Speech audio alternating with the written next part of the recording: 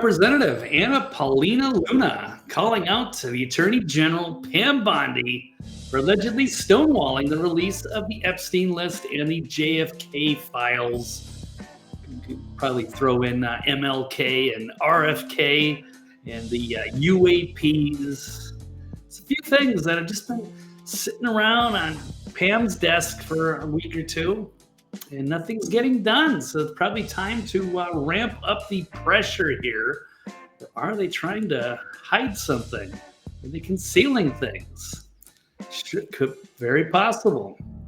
So Luna demanding answers for allegedly slow walking the release of the long-awaited files.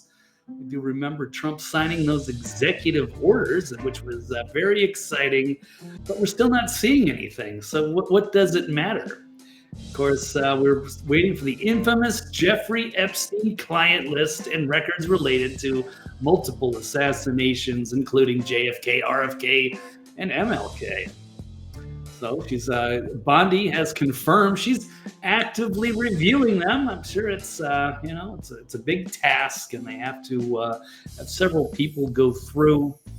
But they are declassified, so it doesn't matter. It doesn't matter if they're classified anymore. So there shouldn't be any redactions. Everyone that has been associated with those assassinations has probably passed away by now. And if not, you know what? Tough shit. It's been long enough. We've been waiting for that release for decades. You just can't keep it a secret from the public forever, no matter how damning it might be. So Anna Luna pressuring Department of Justice on not answering her letters on the status of the files. And Luna, because she leads the declassification task force, and she publicly has asked Pam Bondi for the status of the documents ordered to be released by Trump. So I think this is going back now from February 11th and February 19th. And today is February 25th. So what the hell, Pam? What is the status of the documents? They were ordered to be declassified. Let's take another one. A lot of people are very vocal today on Twitter, and that's a good thing. Got to keep that pressure on. Or perhaps they're just going to slow walk these things forever. It's kind of like how politicians work a lot of the time. I'd like to tell you something. Oh, yeah, we're going to do this and that. And then they never do, and then nobody calls them out on it. But this has been a very fast-moving administration. And, we're liking what we're seeing. But this is going to break the dam. This is going to instill the public trust that we've been wanting for a long time. Finally telling us some of the things that they've been keeping secret for too long. And as Dr. Simon here is saying, if there's nothing to hide, there's no excuse for dragging this out. They could have already launched this stuff. If it's declassified, then you don't have to make any redactions. That was the one thing. Oh, we got to go through and we're going to release some of that files that you guys have been waiting on since the 1960s. Oh, but most of it's heavily redacted. Interesting, Marsha Blackburn, senator here out of Tennessee, asking Kash Patel to release the unredacted Epstein flight names and island footage after claiming Democrats have blocked her from doing so for years. Some of our most trusted politicians in Washington have been involved in some just unspeakable things, messing around with minors on little Jeffrey's private island. It's not going to be good. And the public is going to be outraged. They're going to be disgraced. Who knows? Not something you want to be associated with.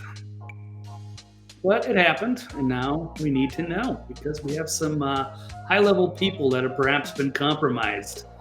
Many people questioning, I won't run this clip here, saying one of the things you're not supposed to say is that maybe there's a connection here to Mossad and our greatest ally, Israel, which has a lot of power in Washington.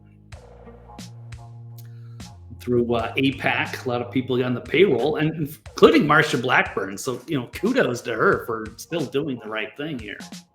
But if that's the connection, then we have every right to know. People are even saying that Mossad APAC may have even had a role to play as far as the JFK assassination goes. So they don't want people to knowing about that. But if they've got elements of the Mossad and they are blackmailing politicians with these little honey traps, then that needs to be exposed. They have a little too much power, perhaps in Washington. And it's a bit compromised. And, we're all about America first. Try to protect our allies as best as we can, but not with these kinds of things. So, okay, well, I said the quiet part out loud. If the files do not get released, if they're going to just slow walk this, how much longer do we have to put up with this? So I don't know if Pam Bondi, she's got to go through and erase any potential evidence that there's CIA involvement or Mossad involvement, something like that, because a lot of people are very suspicious that both Epstein and his associate, Ghislaine Maxwell, also and her father, big media mogul, also wrapped up with the Mossad. What do you guys think? Because a lot of the leftists, they're saying, Trump was involved with Epstein. As far as I know, he kicked him out of the Mar-a-Lago because he was a creep. But there are plenty of pictures of them together. I'm not saying he was involved, and maybe he was, and that would be awful. But I guess we have to know. We can't just sit here and keep this covered up forever.